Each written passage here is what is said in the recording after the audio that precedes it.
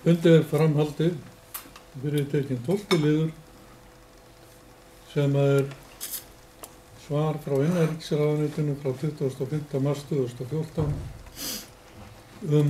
rafrænar kosningar. Og innihaldið að ráðuneytið þakkar sveitarstjórninni fyrir auðsýndan áhuga og þátttöku í verkefninu, en það sem að mati ráðuneytisins ekki virðist ríkja eining innan sveitarstjórnarinnar þessa rafrænu könnun eða kosningu. Svo töður þá telur ráðuneytið að það sé ekki sem stendur traustu grundvelli fyrir kosningunni til að hún hendi til þátttöku í þessu tilraunaverkefni. Orðið laust.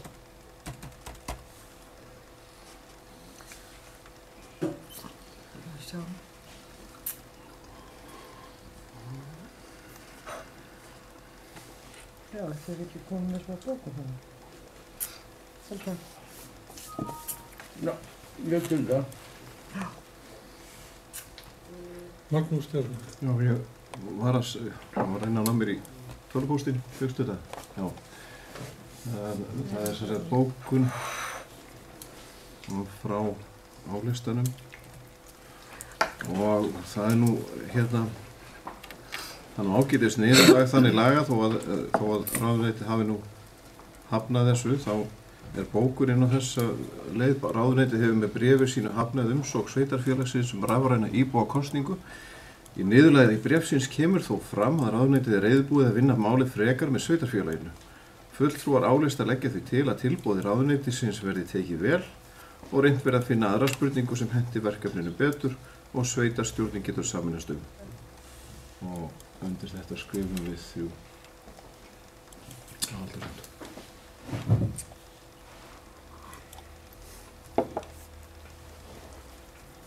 Stutt fundarhlé, fundir framhaldið, við erum í 12. lið. Svar innanríkisráðuneytisins rafræna kosningu og þá lögð fram bókun meirihluta. Undirritaðir fulltrúar í meirihluta sveitarstjórnar Rangræðins ytra lýsa yfir undrun og vonbrigðum með að innanríkisráðuneytið skuli láta minnihluta sveitarstjórnar ráða niðurstöðu sinni. Furðulegt má telja að minnihlutinn skuli ekki hafa lagt í að fá fram álit íbúa og framtíðar fyrirkomulagi varðandi yfirstjórn grunnskólana í sveitarfélaginu. Þegar á reynir virðist ekki vera áhugi innan álistans fyrir virku íbúalýðræði innan sveitarfélagsins. Sjálfsagt að skoða með ráðuneytinu hvort möguleiki skapast til að viðhafa rafræna könnun eða kosningu málefni sem brennur á íbúum og að leikreglu lýðræðisins fái þá að ráða för. Undir þetta rita Guðmundur Ingi, Þorkell Storfi, Anna María og Margrét Ýr.